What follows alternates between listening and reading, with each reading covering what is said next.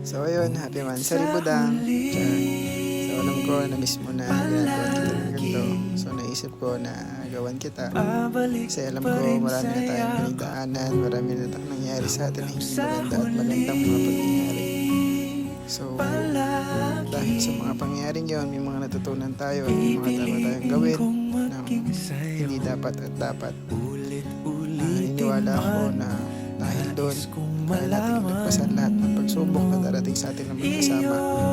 Sana ako pa rin yung piliin mo hanggang sa dulo ng hirap at ginawa. Ganon din ako.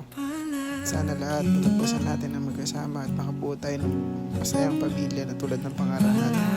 Yun lang, alam mo naman na kahit ganyan ka, mahal kita.